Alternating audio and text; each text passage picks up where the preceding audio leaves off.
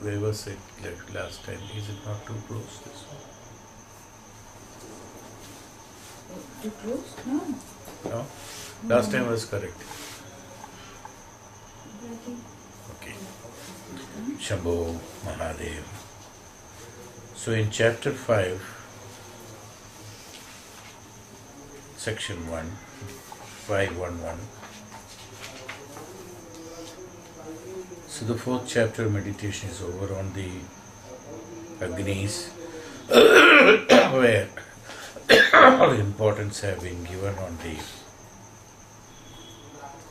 various factors of the Agnis connected with the mantras of all the three Vedas, Rigveda, Yajurveda and Samveda, and the Agnis, and also the mind and the speech has been given importance on that, because speech is very important, connected with the Apana, which is again connected with the Udana. That is the one which is lost when the Praana decides to go away from the sharira, from the sthula bhava of the jivatma. It's the voice, it is the shabda, it's a speech that silences, which gives an indication of the prana leaving. Now in the chapter 5, Maharishi explains about the importance on the vital force, meditating on the vital force, or the importance of the vital force in the form of the Panchagni.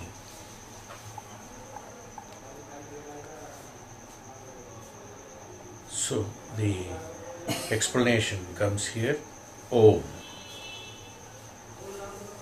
Om Yoha vai jyeshtam cha shreshtam cha veda jyeshtasya havai shreshtasya bhavati prano vava jyeshtasya shreshtasya.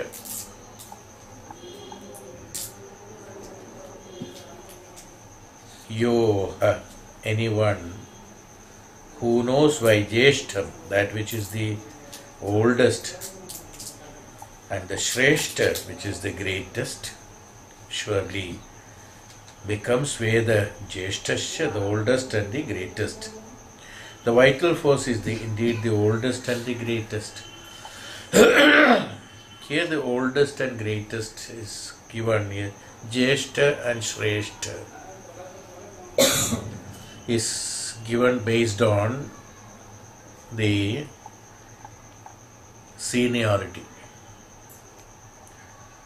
Who is senior? Jyeshta is senior. Jyeshta is senior, the one who is very important. Jyeshta. Shreshta, which is, Jyeshta is very old, Shreshta is very important. Shreshta. So the old and the important, Jyeshta and Shreshta, is what he said it is. Om. What is the Om now? Om has been explained. It has been said that the result of the meditation on the qualified Brahman is a progress along the northern path, Uttara Disha, that is the Surya Patham. Now in the 5th chapter, after reasserting that every path of the householder, we have told about the Garhyavatya Agni in the previous chapter. After reassuring that every path of the householder conversant with the 5 fires, the Panchagni. We have told about the Panchagni in the last chapter also, that various Agnis in whichever, in divisions we have told that if that doesn't happen, and where which Agni, Dakshinagni or the Garhyavatya Agni, or whichever Agni that has to be do the yajna with and do the sacrifices. And which are the sacrifices? And that is connected with the Vedas, with the Rig Veda, Yajur Veda and the Sama Veda. Then you can remove that sin concerned and then can go ahead. It was the principle behind. Here Maharishi further on that, one more step ahead, Maharishi explains about the importance of even though this Agni has been explained, even though the subtle actions and the Pancha Bhutas as well as the results of the Pancha Bhutas or the necessity of the actions that is necessary in our system, where it evokes certain in all the three positions, Abhana, Vyana and the Udana. These are three pranas which is important, which is evoking them, which are the causes or the causal body of these pranas which are evoked, and through which the results of the karmas and karma phalas are burned in the Agni which is the yajna. When you are not in a position to burn those in the Agni of the particular Agnis or yajna, then how the sin has to be removed through the Veda mantras of the particular prana that is connected with is all described. Now he says about the importance of the jyeshta, shreshta, which is the oldest in the sense which is the one which is there in the beginning of the universe. Jyeshta. Shreshta, even though it is jyeshta, it is not necessary it has to be shreshta, but what is shreshta? See. So here he says, now we have to understand what is jyeshta and shreshta.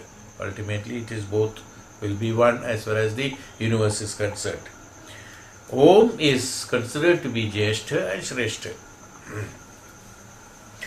And in Om, which is jyeshta and which is shreshta. So he said, go into the Panchagni. The vital force is greater among the organs of speech, etc. Prana is definitely important. We have described about it, earlier sessions in detail. Gradually, when we were coming, in every action we found that ultimately the Pancha Pranas are important. Various things we crossed and ultimately we came to Pancha Pranas. So Prana is important, and here he has concised it into the vital force which is known as the Prana. Prano vava jyeshtascha shreshtascha, he said. Prana is jyeshtascha and shreshtascha, has been considered. How? So he goes to all others among the speech, etc. So he tells a story among that. He is indeed the richest. In second shloka he says that Vasishtam Veda Vasishtoha Swanam Bhavati Vakvaya Vasishtaha. Vakvaya, speech is the shreshta, he said. Then the Chachura Vava jyeshtaha. Then somebody says Shrotram Vava jyeshtaha. Then somebody said Vedayadaha Bhavati Swanam Bhavati. The Swad is the one which is shreshta. Like this, all the five indriyas, Pancha-indriyas. See what comes about that. 17 are those, that Pancha-indriyas, Pancha-pranas and mana and the intellect, put together. So Desha-indriyas. So put together 17 and then Mano Buddhi Ahankara 21. Then it becomes 21. So out of that, who is shreshta and who is jyeshta? When the discussion was there, this few shlokas on this, I am not reading the whole thing, I think. Anyway, gist of it is that each one says I am important. Then ultimately they found that Chakshu said I am important, but without I also one can survive. Shravana said I am important, so without Shravana also one can survive.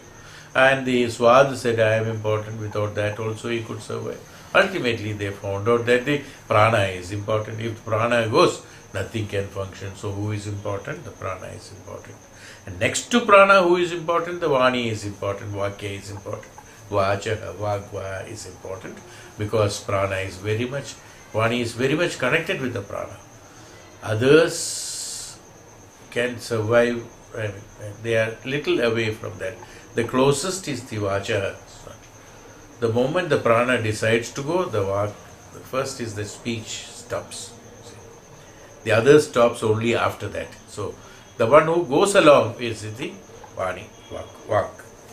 So, this is the jyeshta, shreshta, seniority wise, according to seniority wise it decides. And then comes here the Panchagni, the Panchikaranam. What is it?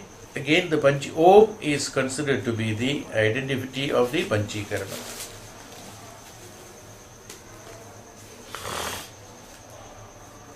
What is that Panchikaranam? A, O and Ma, we all know that is. And in that Panchikarana, they call this system as Panchikarana. We know it, but still we repeat it once again. Om, the Virada is 5 elements and their effects. This is called the gross body and the Atman. In the gross body and the Atman connect together, there are 3 stages: waking, dream and the sushupti, sleeping state. So in the waking state, that which is consciousness, which is called as the connected with the A. The swapnavastha with the each avastha is connected with the Atma, that which is infinite, that which is called the Vishwa, that which is called everything. Even in the conscious state, whether it is the Jaagrithavastha or is in the Swapnavastha or in the Sushuptavastha, in all the 3 avasthas, the Atma is involved. Without that, it is not possible. That means the Vishwa is involved. Atma is the Vishwa. Why we call Atma as Vishwa? The universe.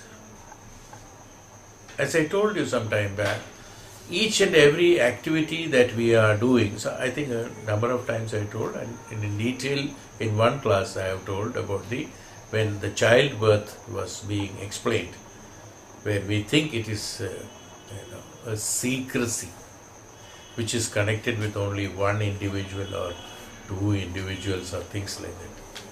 But it is not like that. It's a universal secret. It's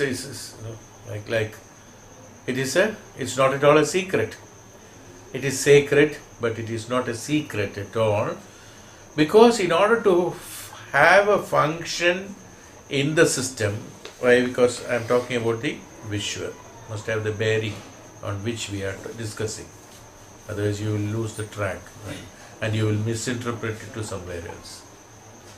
So when we are having a bearing of Vishwa, I am talking about the Vishwa as the Atma. So to connect that, these justifications and these logics and these justification, rationalization, these explain, they are all nothing but rationalizations and explanations. Even though the truth cannot be explained, but the nearest explanation that is possible for identification of the truth and existence is always expressed through the Vani. This is what is happening. Otherwise, the explanation is not possible. So why Viswam? Viswam, from Viswam only Vaishwanaram has come. That which creates the Vishwa is Vaishwanara, Agni.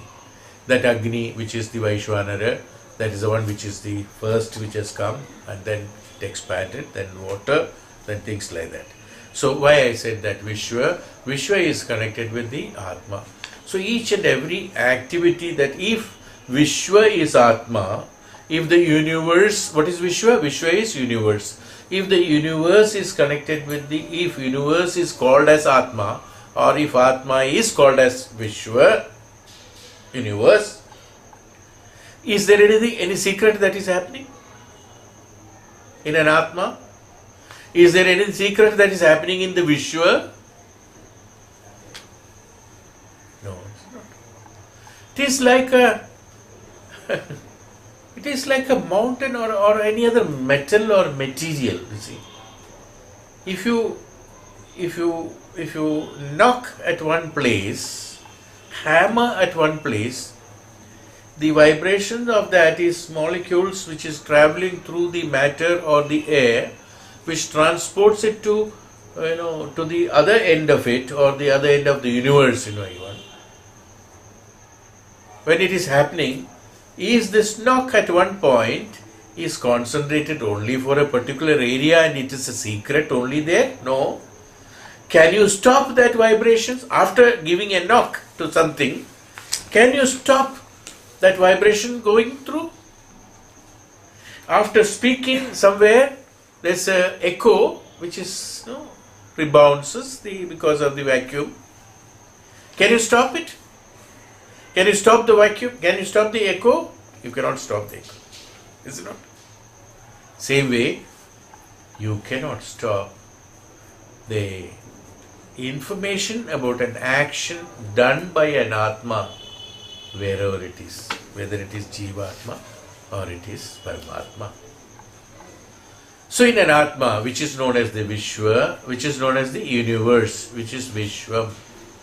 So every action that you are doing is known to the whole universe, is from the universe and to the universe. The influence of thinking is from the universe, and the result of thinking also is projected in the universe. So there is a principle, you must be knowing about it. I used to speak in the Reiki classes that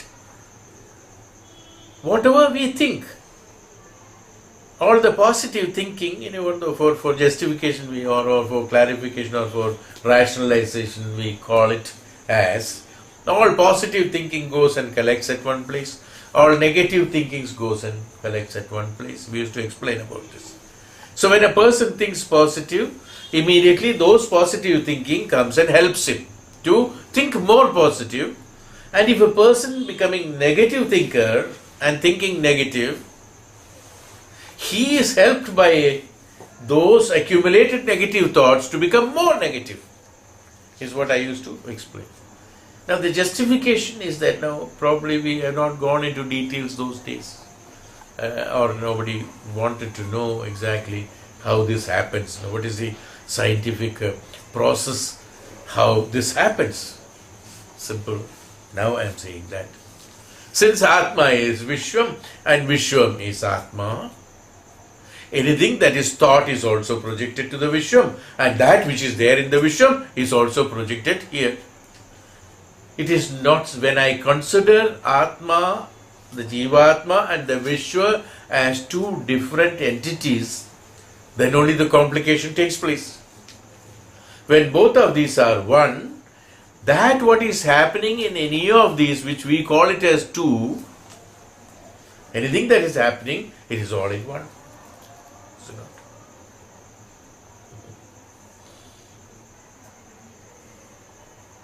one drop of poison in a big tank of water, one drop of poison. Within few seconds, it is spread all over.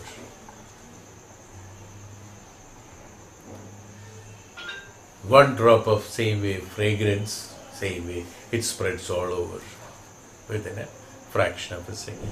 In the air, when there is a poison, it spreads all over. Virus, viral fever, contagious. The disease is contagious. How it is contagious? It is travelled through the air, travelled through the Panchabhutas, Agni, Vayu, things like that.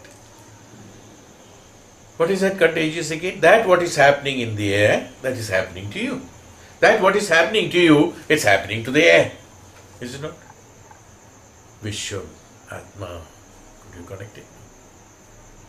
So do you think, is there anything that is secret? That's happening. We all say that, oh, I keep lot of secrets. He keeps lots of secrets. Is there any secret? That's what we also said. Even though it is, no, today when you look at it, look back, even though they did not know actually exactly what is the meaning of it, our grandmothers and grandfathers or people who have not learned and gone through all this, but they have been listening from his father, from his grandfather.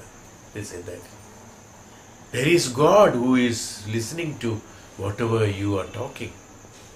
There is God, whatever you are thinking bad, He knows what He is thinking. What you are thinking is what is told. No, it's absolutely very, very true. It may be the another Jivatma or another individual may not be knowing what you are thinking, but if one individual, what we call it as an individual with the sharira, mana and the emotion and the antakarana, intellect, he who has not developed it, who has been stationary in the subtle body, in the sthula sharira, which is the gross body. One who is stuck up with the gross body, he will not be able to understand what is in the subtle body or what is in the Atman. The one who could develop from the gross body to the Atman, the truth, which is called through meditation, through tapasya, and come to the Atman, he can experience all that is happening to the Atman, all that is happening to the Vishwa, is it not? Is the science clear? Is the matter clear? How a tapasvi can see what will happen after 10,000 years? 10,000 years are 10,000 too big to me and you. But for him, 10,000 is 10 seconds away from him, that's all. Or 10 millimeter away from him, that's all. Nothing other than that. Everything is Viswam. Okay? So very much connected. So don't think, oh, you can think anything you like. That which is thought is immediately projected. Yes? Where is it? Where is it?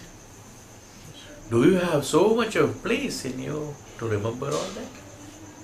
And today, the computers have all learned only from the human being and the Vedic science.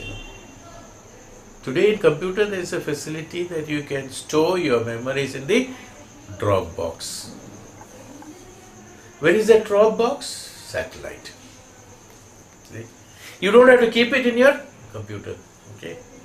Even though you don't keep it in your computer, whenever it is necessary, you can recall it and you can also deposit it. Okay, got it?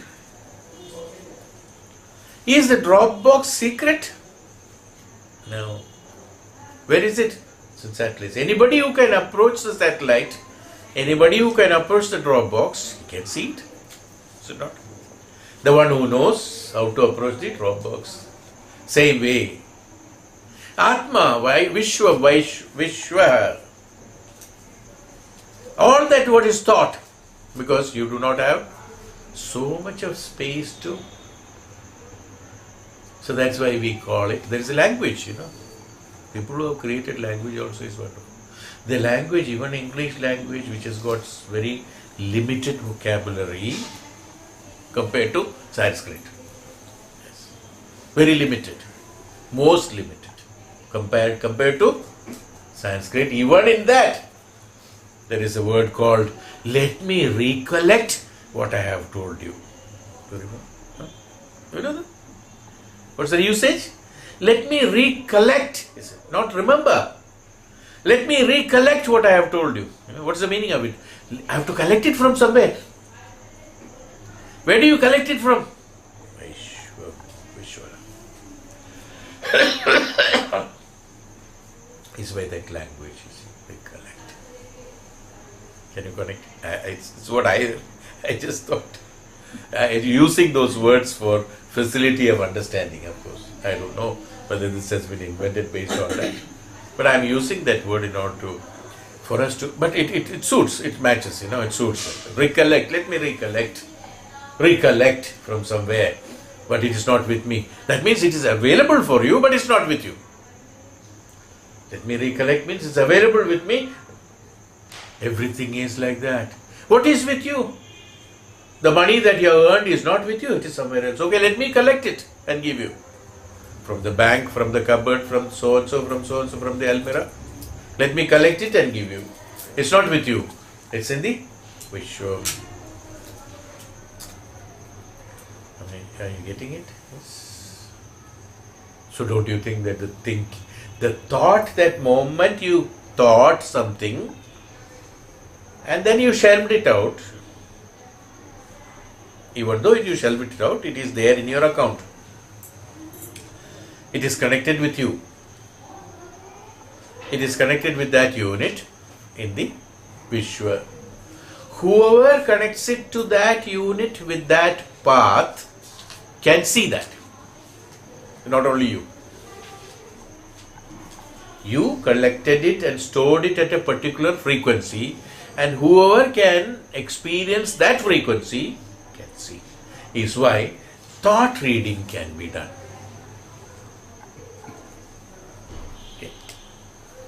Thought reading, what is the other person thinking?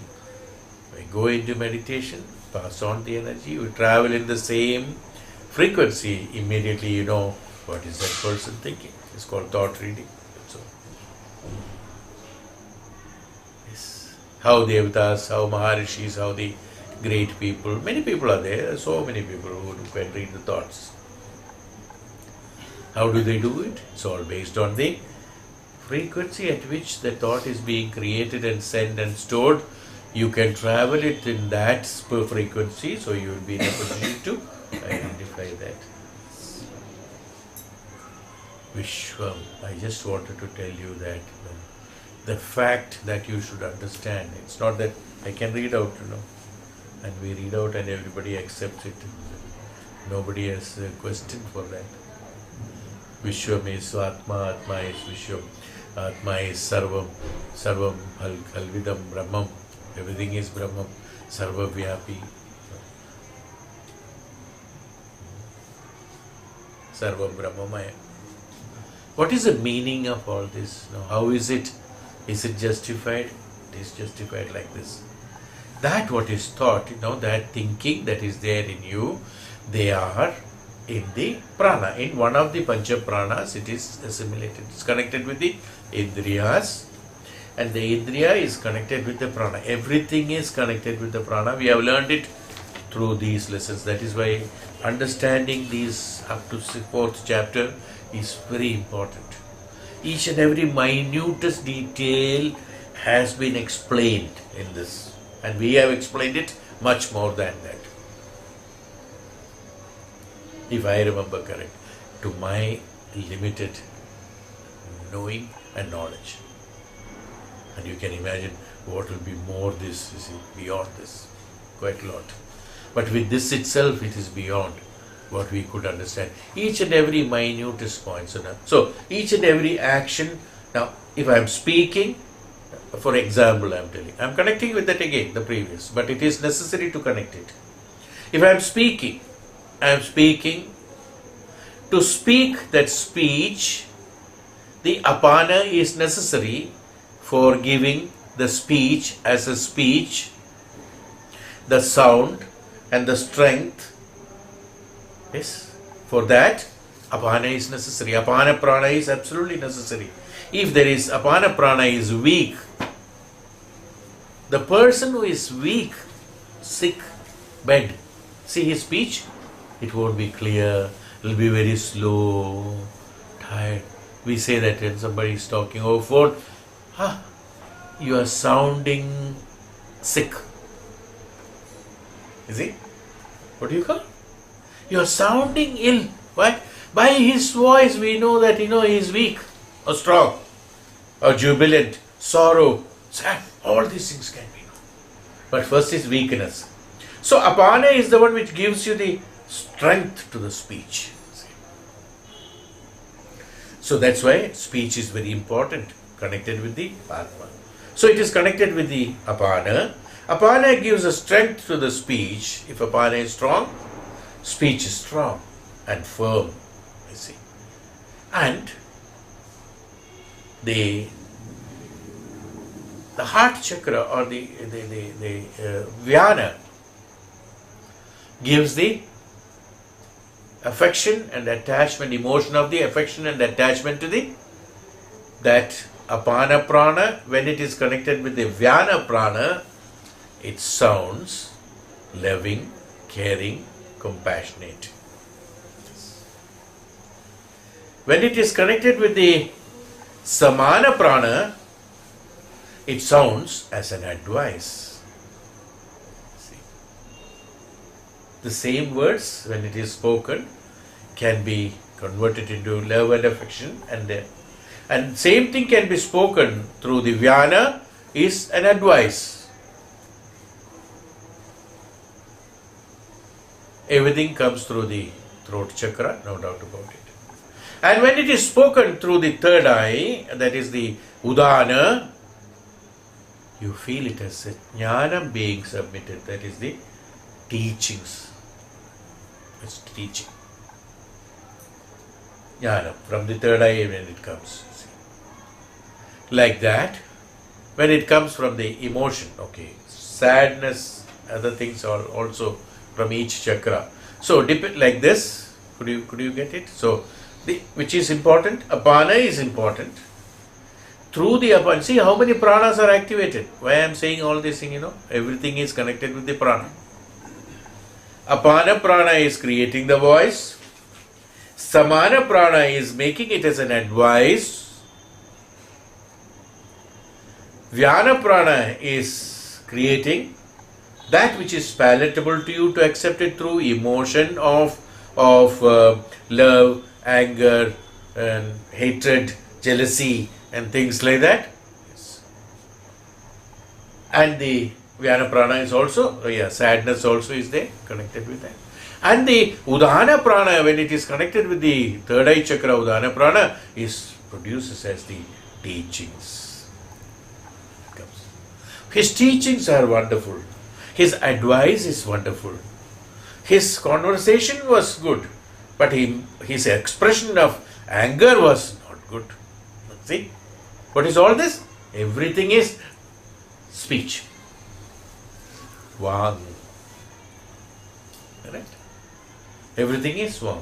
Everything is connected with the prana. So even Apana cannot keep it a secret voice.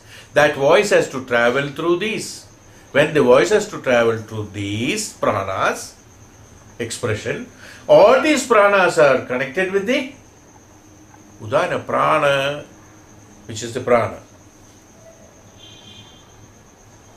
Apana, Samana, Vyana, Prana, Udana. So everything is connected with the prana. All that is happening in these pranas, Pancha pranas, has to be known to the boss.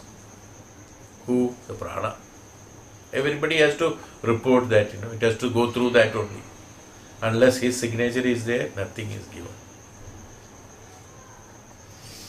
Prana has to know about it. And prana is connected with the, no one here, but connected with the Atma, which is known as the Viswam. So is there any secret?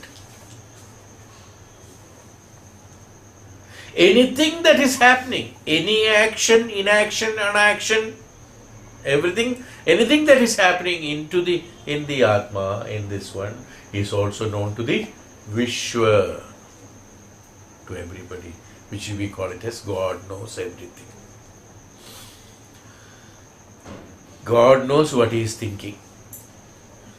God knows why he is behaving like that. God knows why he has to do like that. God knows. Is it not? Everywhere we see it. They are not superstition, and they are not just like that which is told, which is not known to us, it's known to that everyone. Only the person who can connect with that Viswam directly, who identifies the Atma through these meditational processes, who identifies who am I and who is the Atma, he is able to see all this, experience all this, understand all this, listen to all this. Who is above all this. So he will not be sitting and listening to your conversation. It's not that. He's above that. Within a fraction of a second he can connect it. Because everything is in the Vishwa and the Vishwa is in him because he is the Vishwa and Vishwa is he. When he identifies he as Atma, I am the Atman, Aham Brahmasmi. When he identifies Aham Brahmasmi, he identifies everything that is there in the universe. Oh, we think from our little knowledge and little mind, as somebody asked me also, yesterday somebody was asking. Do you get information if somebody is thinking about you? Or do you get information if somebody is meditating and seeing? Do you get information if somebody wanting requirement from you? Do you get, suppose there are 10 people wanting the same time at different places, how do I identify? All these questions are there. Why? Because we are always measuring all this Viswam based on our small 1 millimeter brain. We compare this with the 1 millimeter brain. That's all. How can you identify? How can you understand this? The Vaishwana, the Maharishi knows everything. He said, after 10,000, in the Treta Yuga, Bhagavan Krishna will be taking birth. Mahavishnu will take birth as Krishna. He told then. When? In Dwapara he said. How does he know this? Same question, is it not? It's not your small brain or 2 ears or 2 eyes or the taste buds or the indriyas that is receiving signals and understanding it, like in a telephone call. No. Your Atma is listening to the Vishwa, which both are same. Everything is there. When that is able, is it difficult to identify? Is it difficult to listen? Is it difficult to understand? No. It is there in front of the whole Vishwa is in you.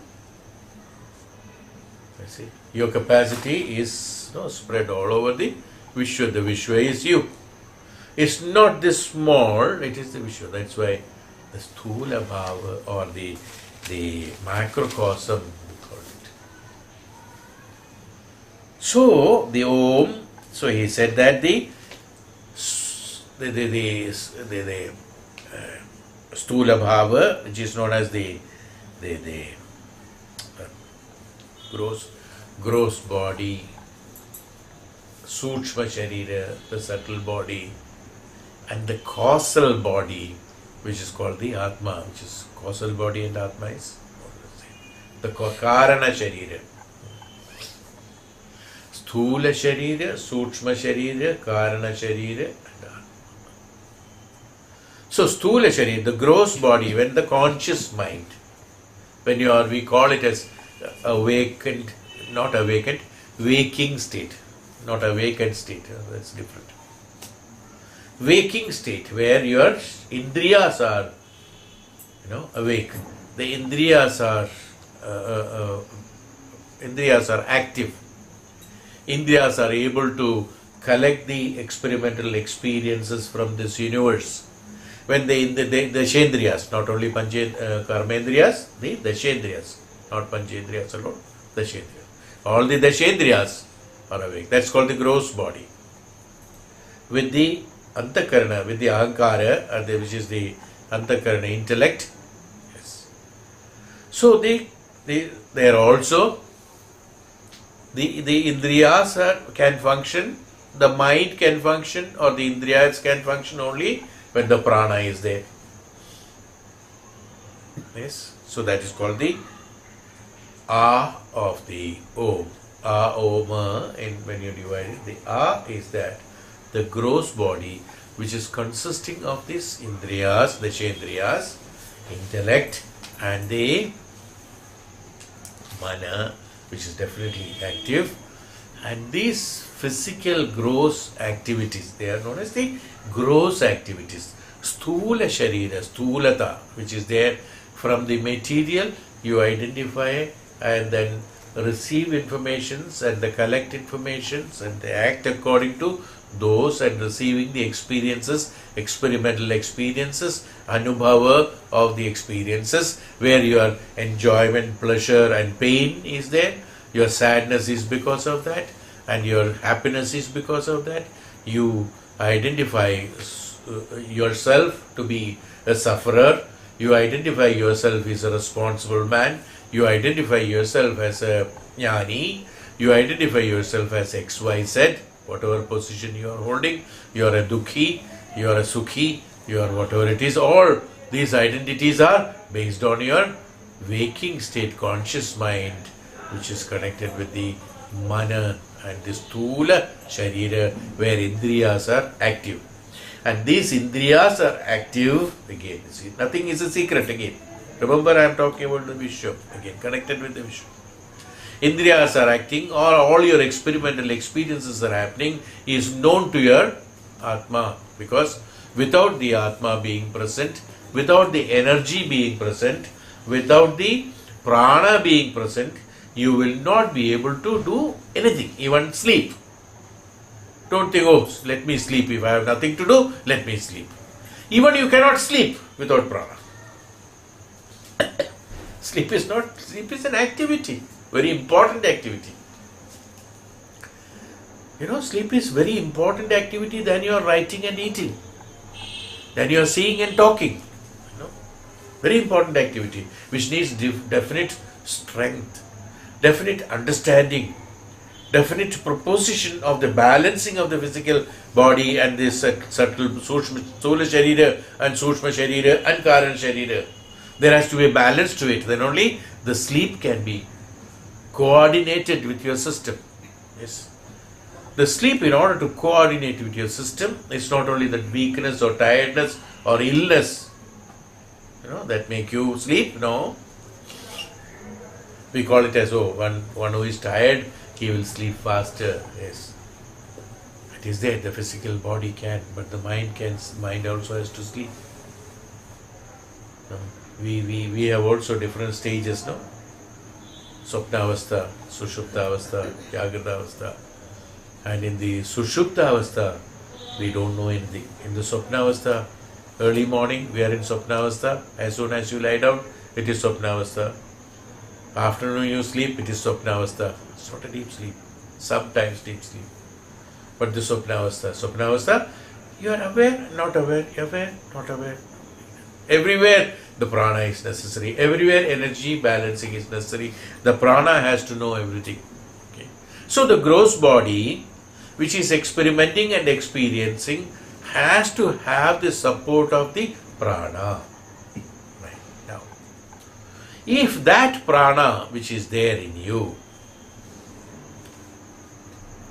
or you have accessed through your emotions, through your birth, through your holding the sharira, when the sharira is taken, the prana is inducted. I explained about how prana comes, when prana comes. And that prana, when it is inducted in, and when the prana comes, in fact it is from the day one actually, the prana is there. Even though the consciousness and awareness might come little later. Consciousness of the sharira, sthulata, and where and what he is and all that, where the movements of the sharira and other things takes place when later part of the conception. But the day one onwards, I told you, I think, I don't know whether you remember or not. The day one when the yoni conceives the child, where the ovum and the sperm is joined together, and that formation, that is called the time of birth. That's the true time of birth. What we call all other things are fictitious. That's why we are unable to decide the date and time. That's why you are able to change the date, and that physical activity of delivering a child is a physical activity which nowadays you can change according to your requirement through surgery and all that.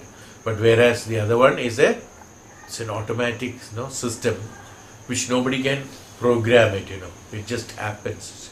That is the time of birth actually, and that's the time of the prana takes place.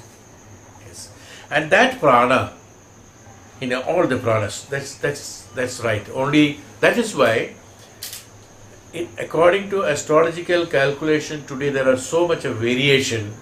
Why? Because we calculate based on the child.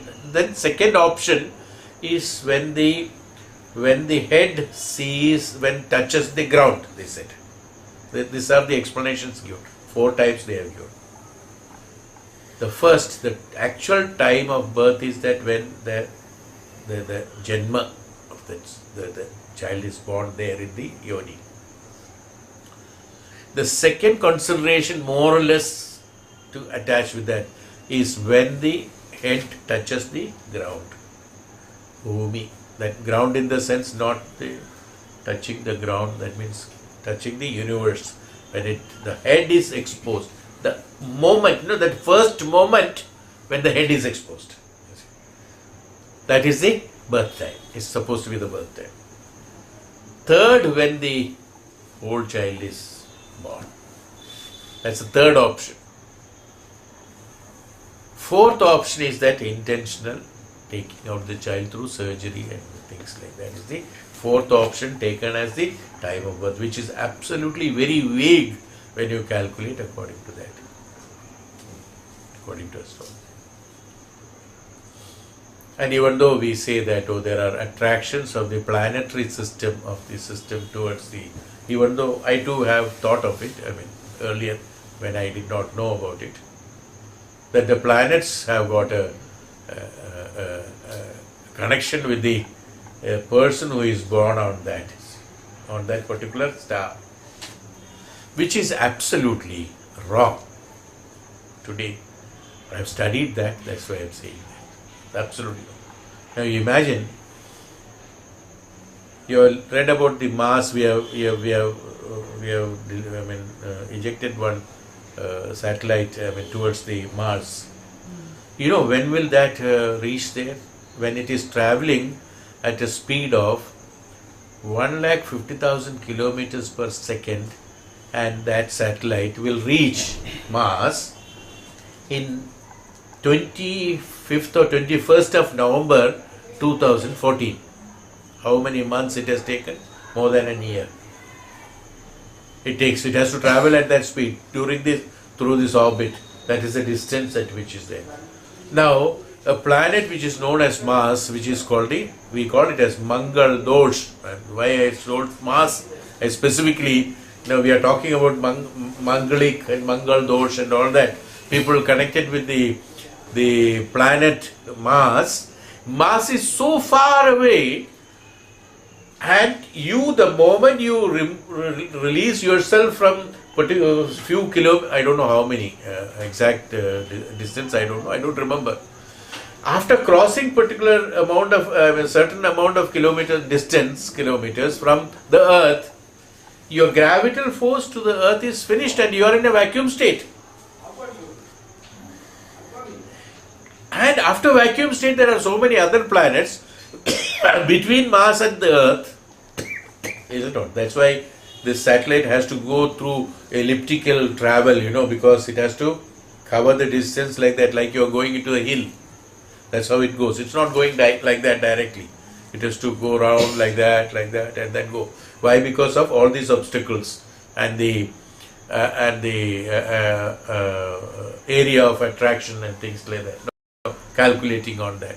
Now you imagine crossing all these gravitational fields, maybe how many number of gravitation in between are there, I do not know. Crossing all that, because one girl is born in India, that too, because in America there is no Mangalik, all are what is that, Shukradasha mein hai. Only in our country we have got Mangaliks, is it not?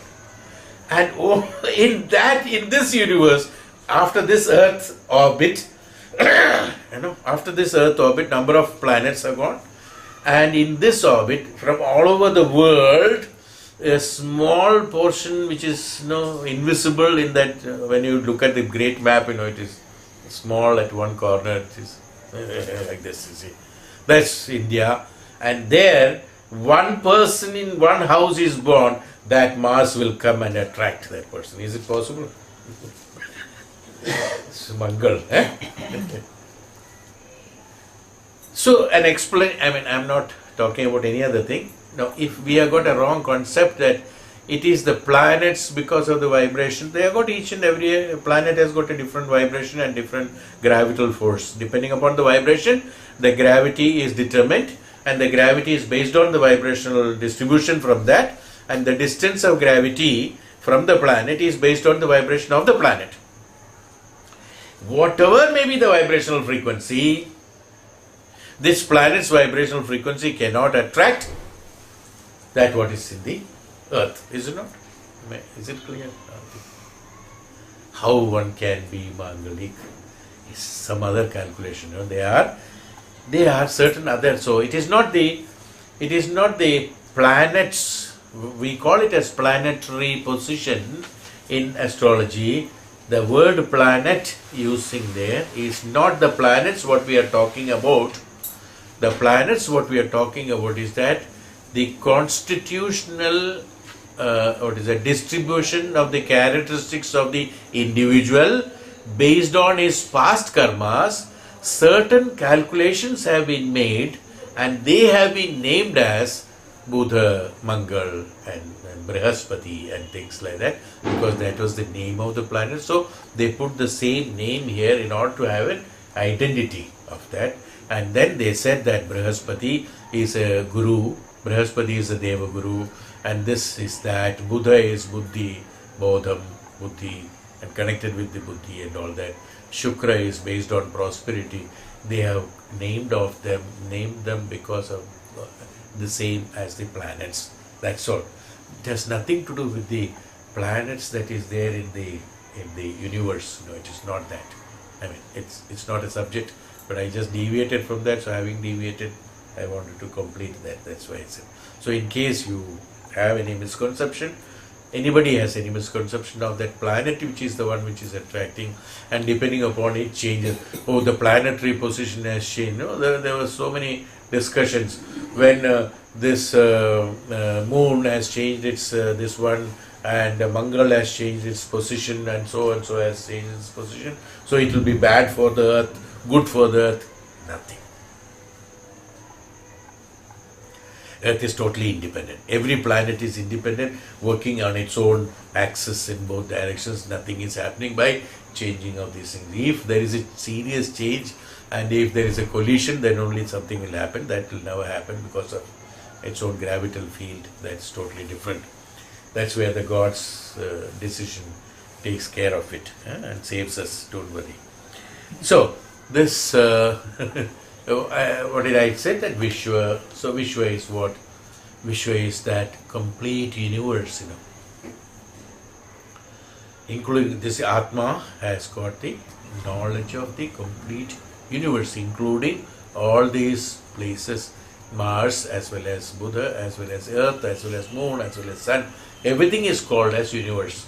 So the Atma is known as that universe. So the secrecy, what we call as a secrecy, or that action, that what we call it as an action, the thought that we call it as a thought, this can be spread to anywhere. This can be oriented anywhere you like. Even though, as I told you, physically that nothing can affect, but spiritually everything can affect. Yes.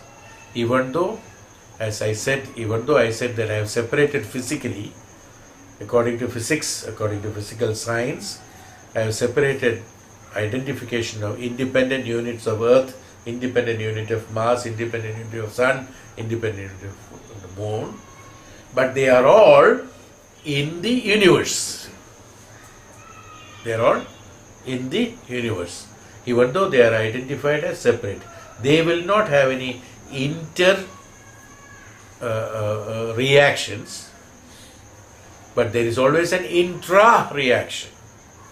Okay? Interdependency is not there, but intra-dependency is there, which is not effective in the sthula bhava, which is only effective in the absolute sukshma bhava. So it cannot affect the sthula bhava. It cannot affect the sthula sharira. It's okay. In the sukshma bhava it can affect. Karmic world it can affect. Why? Because the thought is coming from the Atma. And each and every action that is created, each and every thought that is created in you is, again as I told you, is released in the universe, is why we call it as Dharmam and Adharmam. See, otherwise, what you think as Dharma and should be the Dharma. What you do an action as a Dharma. Suppose you give, I'm just telling an example, don't take it as. Suppose I give a Dhanam to somebody. I talked about this long back, I think. I give a Dhanam to somebody. Okay. Without knowing. Fine. I thought I'm doing a great job. I'm doing a wonderful job. And I gave some Dhanam. That Dhanam, that material, or that what you have given Dhanam, has been utilized for a destruction of a universe, or destruction of a world, or destruction of anything. Like supporting a terrorist. In our language, let us say. You give a Dhanam without knowing that person is a terrorist. And what he used for? He uses it for buying the weapons to kill thousands of people. Now, do you know that? According to the universal law, Prakriti Niyama, you are also a part of Adharma. But as far as you as an individual, what you have done? Arey, I never knew this. Without knowing this, I gave this Dharma, I did this. But it is an adharmic action, is it not? That's why an action has to be done. So how to know this is the next question people immediately ask you. How to know whether I am doing Dharmam or Adharmam? To know that you have to come here. It's not that easy. To know that, it is easy, but it's not easy to do by any individual. To know what is Dharmam,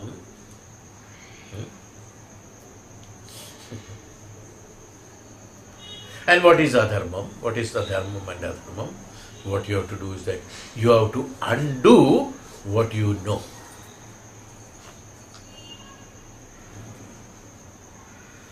If you unwind, undo whatever you know, the knowledge will come automatically.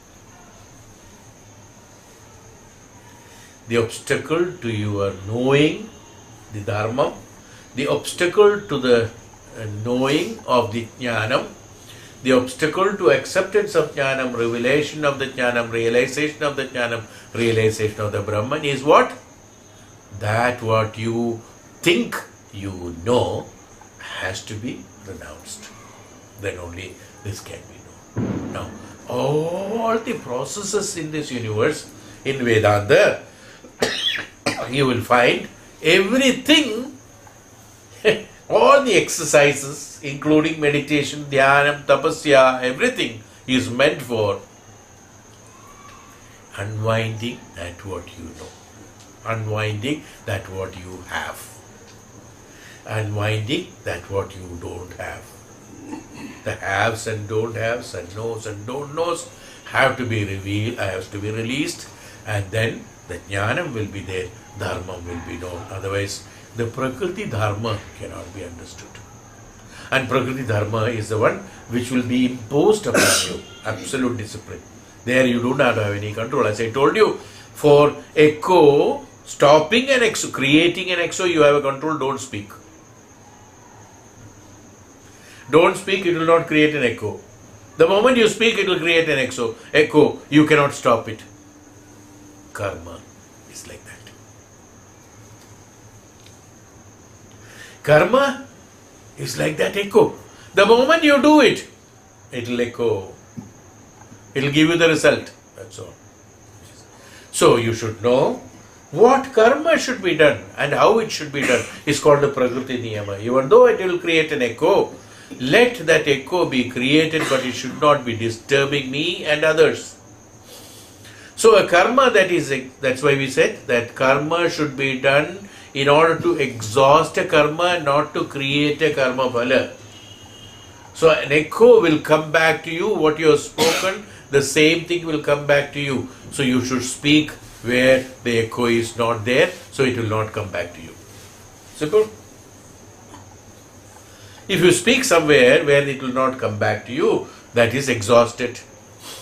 Where does it get exhausted? It gets exhausted in the universe. It gets exhausted in the Prakriti. If that action that is released by you, if it is palatable to the Prakriti, it absorbs it. If it is not palatable to the Prakriti, or if it is not the Dharmam according to the Prakriti, it bounces it back, is called an echo, which is called the reaction of the karma. Karma, that's called the echo. Why the echo is coming back? Because it cannot go beyond. It's all blocked. So the karma which cannot be, is it clear? Oh, you have no way. Oh, no, I made a mistake. It will come back again. Knowingly or unknowingly you made a noise in the cave, it will come back to you. You cannot say, I did not know about it. Knowingly or unknowingly you do a karma, it will have to have a karma phala. It's Prakriti Niyama. That's called the Prakriti. Now you have to understand the Prakriti, nature, swabhava. Swabhava of whom? Swabhava of the Atma. Swabhava of the universe. Swabhava of the Prakriti is called Dharmam. Identifying and knowing the swabhava of the Prakriti and executing on your karma in order to exhaust it depending on that is called Dharma. Nothing other than that. That is Dharma. So you will find sometimes killing an asura is called as Dharmam. Now what you do? You don't give importance to killing there. You give importance to asura there. Asurikata there. Killing a devata is adharma. Here importance is given to killing, not to the devata. Is it not? Why? Because devata is Prakriti. Devi gata in us is Prakriti. Asurikata in us is Aprakritam. Aprakritam. Prakritam, Aprakritam. That which is Prakritam, Prakritik, Prakritam, nature, natural, will get diluted. That which is unnatural, which is not natural, will get projected out always. It's very unnatural to happen like that. It's very unusual to happen like that. We okay that? They project out. They are karma phalas Viswam. So what I am trying to tell you is that in this action of ours, that which we call it as the Viswam, which is known as the Atman, each and every activity that is executed by our Panchendriyas, knowingly, unknowingly, we call it as knowingly, unknowingly. This knowing and unknowing we again compare with our mind and the buddhi, intelligence, intellect, ahankara, based on that.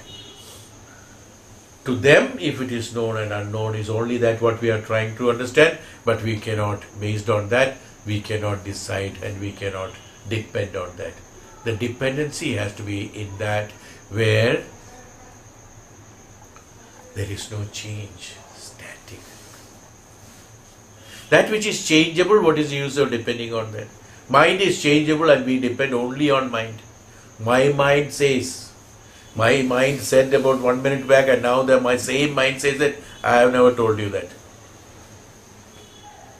And I always refer, my mind said. My mind says. Oh, I am thinking. My thought has changed. Yesterday I thought something, today I thought opposite to that, exactly opposite to that. And I am depending on that thought only. What I thought, only I will do. What my mind says, only I will do. That egocentric actions, the egoistic actions, which is called the ahankara, in the ahankara. Ahankara is necessary. Ahokara is it's a holistic word actually. Ahankara. That aham is necessary for a jivatma to identify a jivatma to execute his karma. To that extent, that aham is necessary. That ahankara is necessary because I am supposed to execute the karma. That is why that intellectual center, intellect has been given to human being, so that he identifies the karmas to execute in the right manner. The others have no option to execute a karma to exhaust them. So, Omkaram, in the Omkara, the Om is consisting of all these together is Om. That's why Maharshi thought the awakening of the sthula, sukshma, karana, sharira to the Atma is absolutely necessary. So he is giving importance to one chapter, chapter 5 is made as for meditating on Om. What is meditating on Om? So many people said, oh, meditating on the letter Om. Meditating on the sound Om. You must have heard a lot of explanations. If I start explaining it, or if I tell you the truth of it, the whole Chhandogya Upanishad is Om. All those meditations that we have done is necessary for identification of Om. That is Om. Yes? Is it not? What is Om here? He says that the Praana, Atma is the Vishwa. If the Atma is the Vishwa, all the other Pranas which are supporting, so all the karmas, all the meditation, all the sacrifice, all the mantras, all the tyagas, all the samarpana, all the upasana, nididhyasana, everything is meant for what? Meant for identification of Viswam, identification of Atma, identification of Prakriti, identification of karma and karma phala, and identification of the nature, identification of the beyond the self, which is known as the self. Self is not important, beyond the self is important.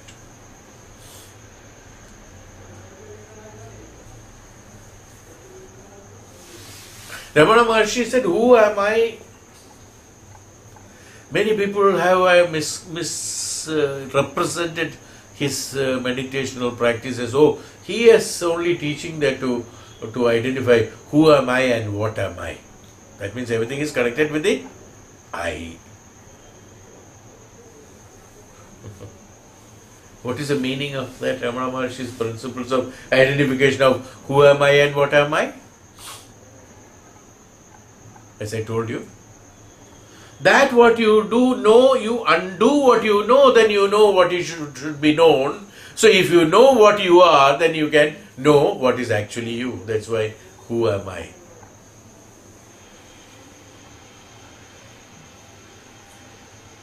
It can be, when it comes to us, we very mildly say, who am I?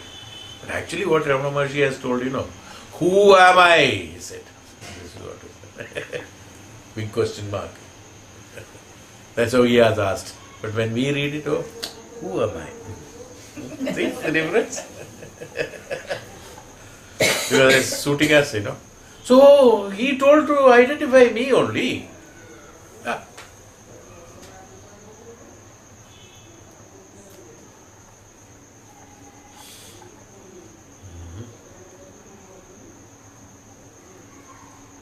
After who am I, he has also put a bindu. Probably that is the answer.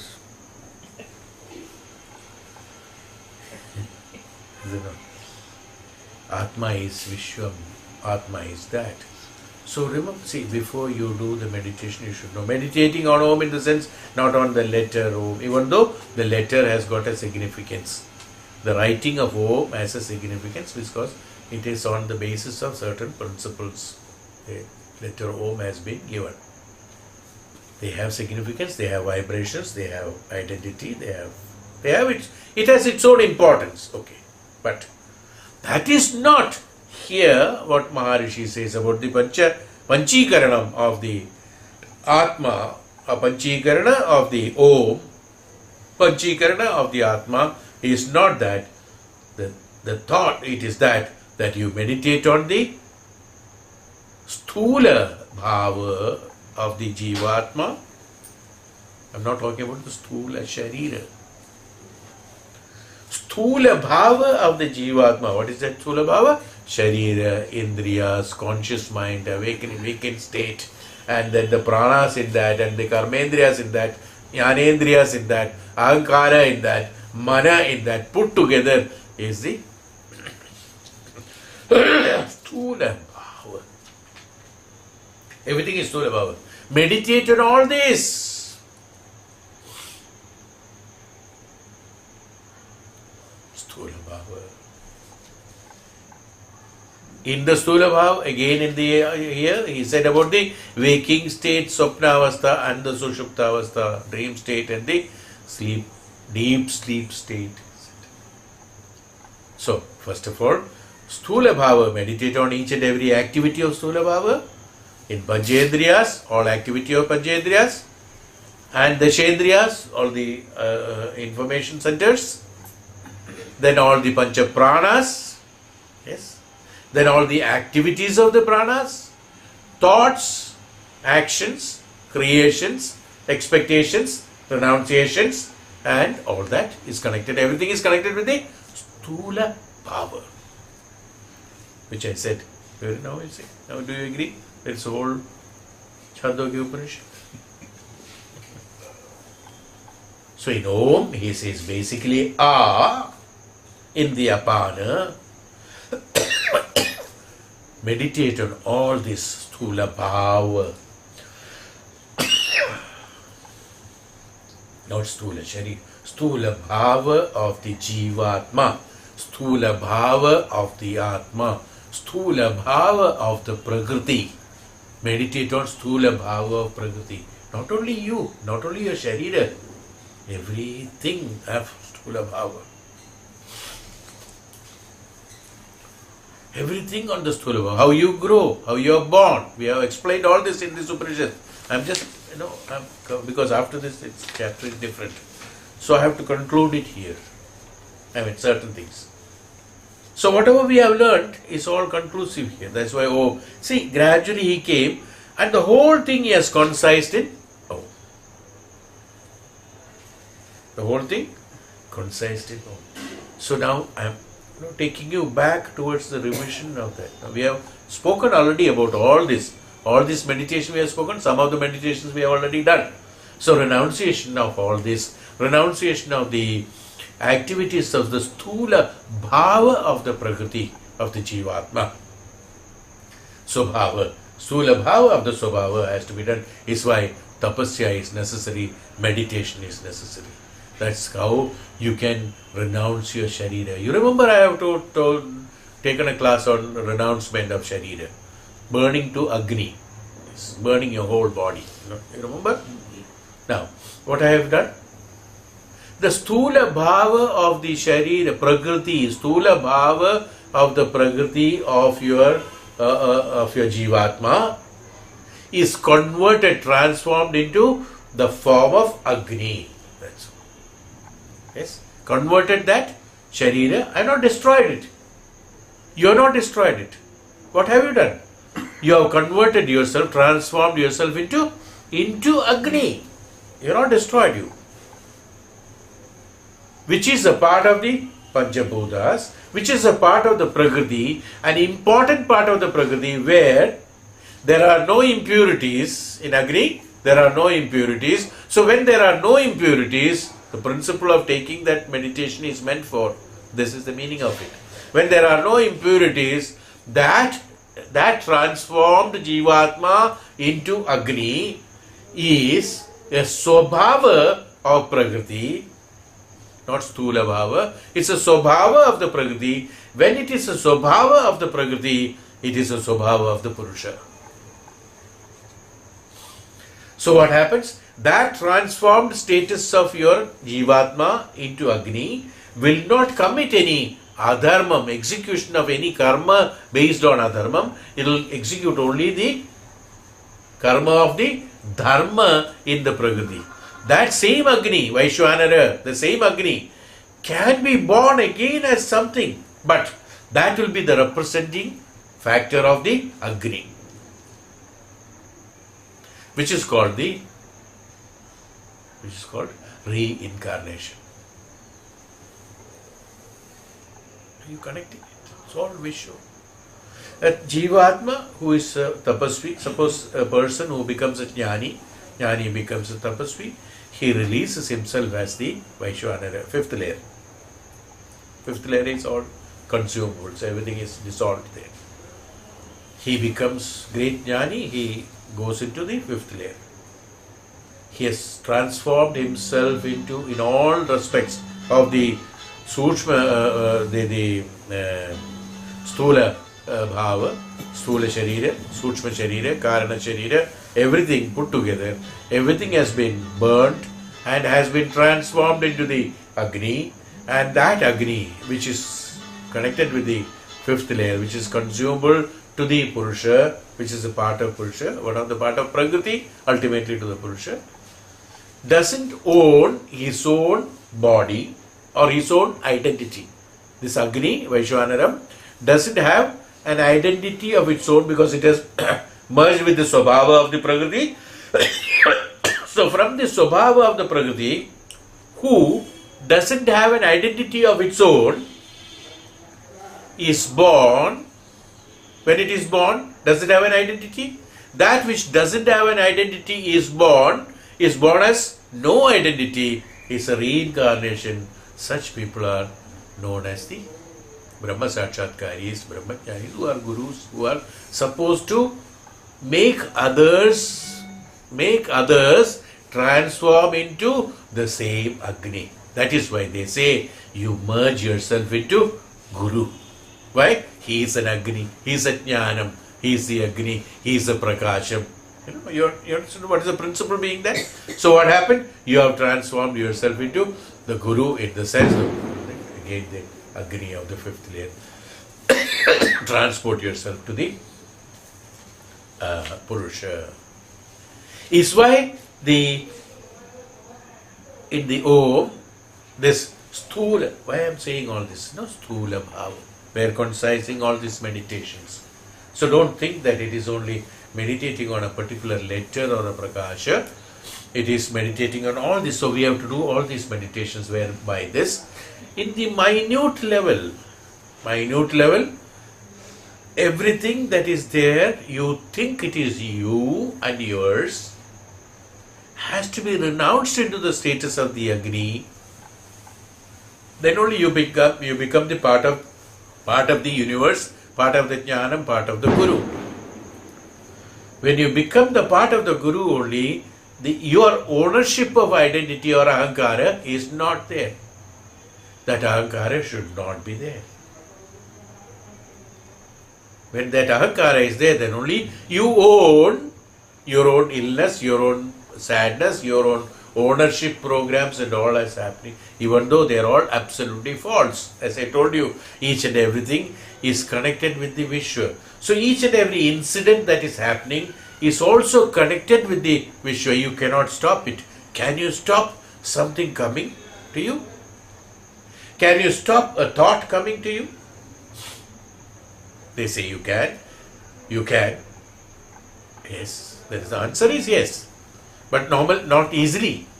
How can you stop thought coming to you? By practicing of constantly being in the Upanishadic and Vedic teachings, where the Dharmam is only prevailing, where the Dharmam is preached constantly through Shravanam. You remember now the basic, the classes where I took for the basic requirement of education, where Shravanam, Mananam is more important. Constant Shravanam will keep on pouring into you. So when you keep on pouring it into you, those which are there has to overflow. During the process of overflowing, all this malinyam has to go out, and then only that what is there has to be prevalent there. Is why satsang is important. Shravanam, because for normal people, Shravanam is very important. They may think that, okay, I will read the book. There are so many books on Vedanta. Great noble people have written better than you. What you are? Nothing. So many great men are there. More longer the beard, longer the knowledge. So, and I don't have any beard, unfortunately, or fortunately. So there are people who have written great, great books.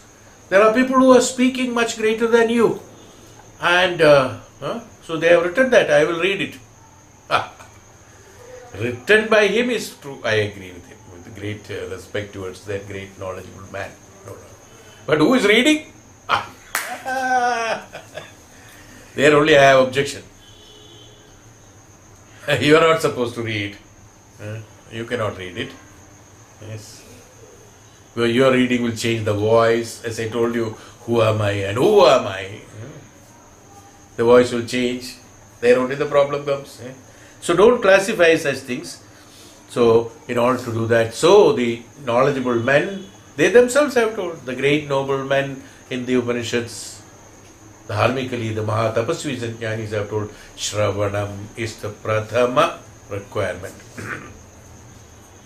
Without any obstacle of listening, Hey Bhagavan, whatever I listen is the truth from you. This attitude, every Veda Vakya, every Upanishadic word is spoken by the Lord, should be the attitude of listening. Otherwise, what will happen? My intelligence will start interpreting it and will derive always a convenient result to suit my convenience. That's how many of these Upanishadic statements are misinterpreted in the Puranas, who are writing, rewriting. Even Ramayana has been rewritten a number of times. And so many people have written Ramayana, and many people have rewritten it. And many of the articles, they are split into small, like short stories, like small books have been written by so many people, depending upon their experience. I am not refuting or refusing them to write. Please don't take, I have an objection to their writing. No, it's not that. But you should understand what you are supposed to understand is the truth directly from the Upanishadic text. And that your understanding, as I told you, should be that while doing the Shravana, don't put little bit of mircha, little bit of salt, little bit of pepper, little bit of onion juice. Don't do that. Listen plain and simple. And accept it, hey Bhagavan, whatever I listen, it's the truth. That's all. This attitude has to be there. This I have already explained earlier, that bhava of the surrender has to be there, everything has to be there, then only this can be accepted. So whether it is Shastra or it is Shastra, in both learnings, this surrender is absolutely necessary. Otherwise, neither the Shastra nor Shastra can be utilized and learnt. It is not necessary. So why I am saying all these things is that they are all connected with Om, as I am saying. Because the incorporating all this is called, that's why it is known as the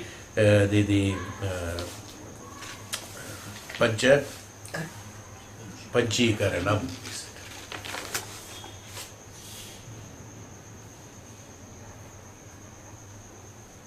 We are scared, we are afraid. I was thinking yesterday, why things are happening like this? Many things are happening. I think like that sometimes. Don't worry about it. I was thinking that we are always. I wanted to concise, simplify it and concise and bring it. So finding words and meanings.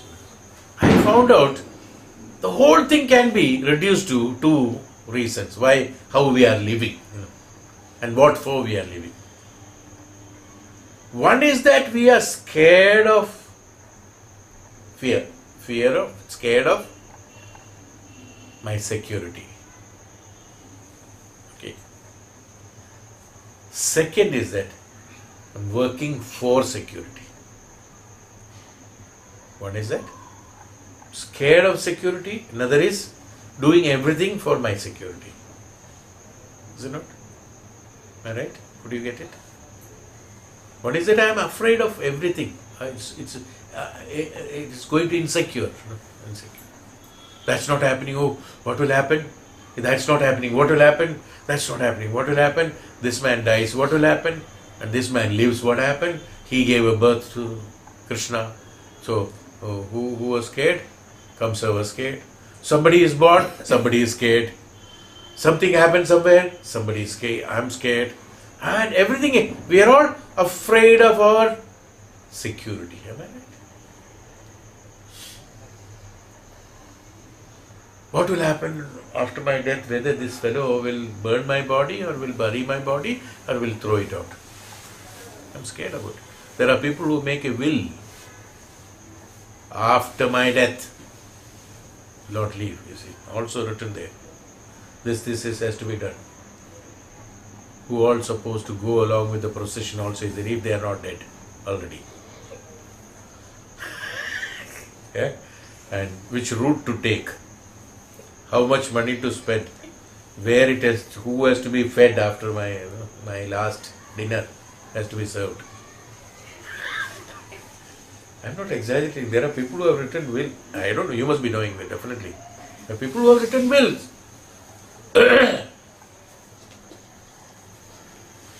They have kept a fund separate for it. In other countries, I think they have to keep. Otherwise, they'll say that the old lady died. Oh, who am I to spend money on that?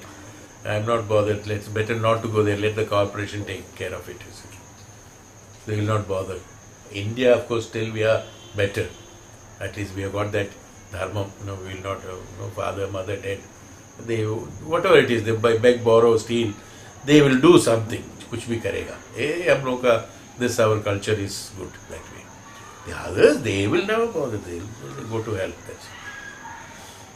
There are people there, they are written. Maybe in our place also, I remember, I see the old men who are great, the leader of the house and all that, they will say that, we, especially in South Kerala and all that, we got big gardens and all that. So those days, they have to cut the trees and then burn. So he will identify, hey, if I die, you cut that mango tree. He will say that this is meant for me. They cut this mango tree and then burn. It's there. Even though it is not written and all that, but some sort of, that security problem is there. Where I should be buried, okay, in my plot when I bought it in 1905. In that plot, in that corner, where it is gone, who knows? All in the Panchabhutas. We have all this. What is that? What I am talking? I am talking about the fear. And all my actions are based on that. Fear of survival. Fear of living. Protecting that fear. To come out of that fear. Now, and the next is that to come out of that fear. All actions will be to come out of that fear. Now, what are you doing actually? Knowingly or unknowingly, you are only making your fear, the security of yours. That's all. You are not doing any of your karmas. No.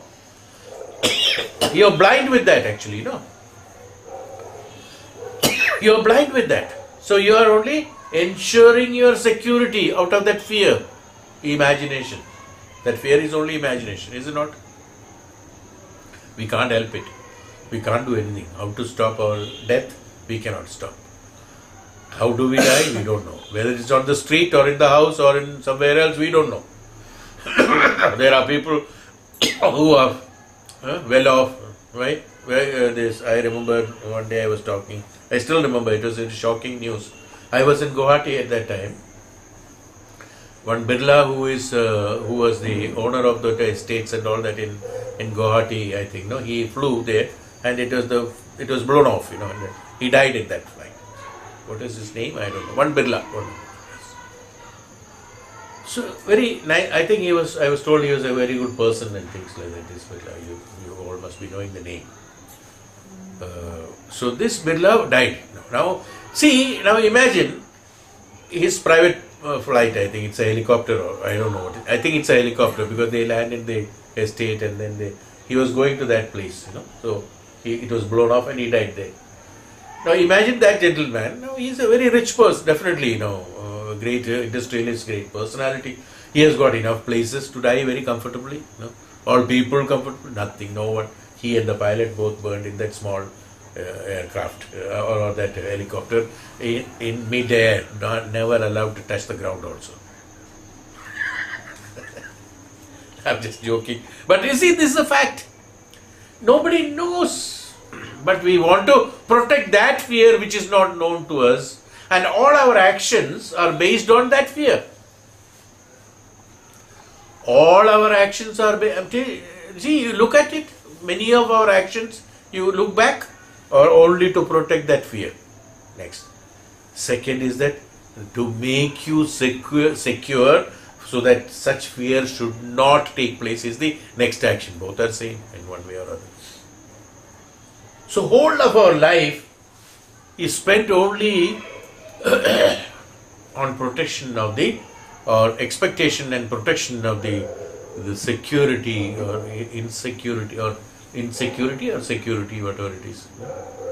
To do that only. The whole life is that. Nothing else. So how can we program our karmas in the right way? Because this concept is already implanted in you.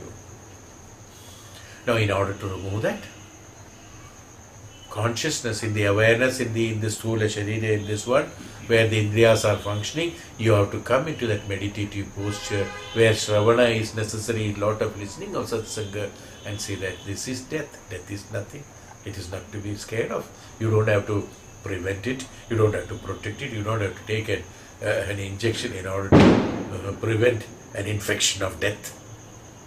Is it necessary? Like your triple antigen and here 5 antigen has to be taken. Panchikaranam. It's called 5 antigen.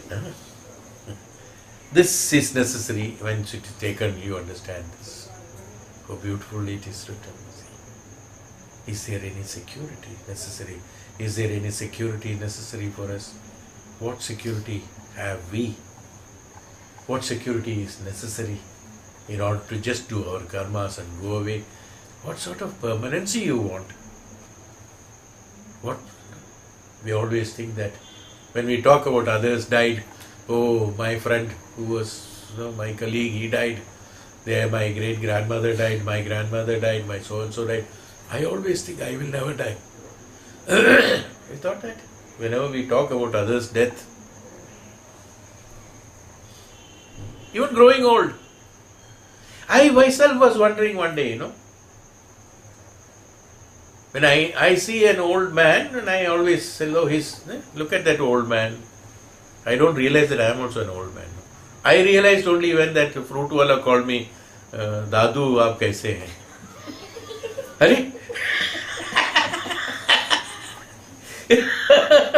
Yeah, I am also an old man. Realization has come. And what I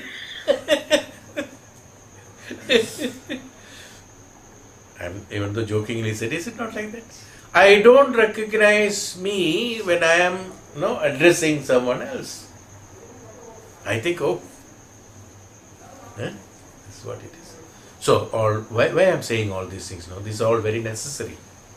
Making you conscious, look, absolute false living, way of living. Don't have to protect all. Don't waste your time in doing all this, you see.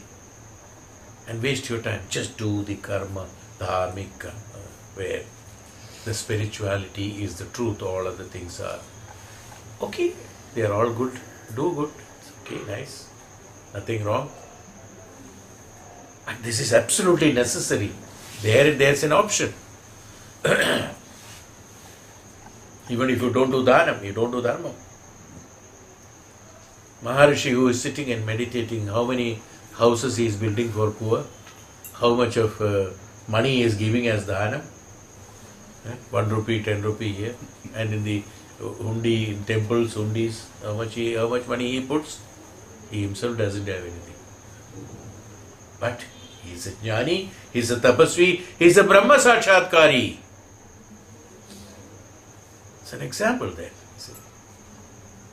It's not that you don't do it, I am not discouraging you to do it, but I say that I am making you conscious. Doing that doesn't mean you are attaining the Brahman, but in order to attain the Brahman, you have to be the acquiring the jnanam of the Vedic science, is what I'm saying. Do it along with that. Nothing wrong. Of course, we are supposed to do it because we are born as human beings. Certain responsibilities of human beings are there that you do. But that is optional. That is optional. But this, there is no option. You have to do it. Then only you can attain your dharmic way of progress on that. So, the initial stages of hope. So, we'll continue. I think this much you conceive it. This much you, these are great, even though they are small words, small things that what we spoke, but they are great things in our life. Please, you have to recollect it or you have to remember it. I don't know. Whatever it is, you do it. Either you recollect or remember. If it is in the drop box, you recollect it. But see that it is established here. Let that be an integral part of it, not as a separate part, to keep it as a memory whenever to recall it and use it. No? One is that which is inherent. Another is recalling and using it. Don't use it as recalling and using it. Be an inherent part of it. Make it as an inherent part of it. That what I spoke today is very, very important. That is the gist of these meditations actually. Oh. And all these meditations are important, no doubt. Yes. That is where we are supposed to do, things. Other things are optional. You do it, don't do it, it's okay. But this has to be done.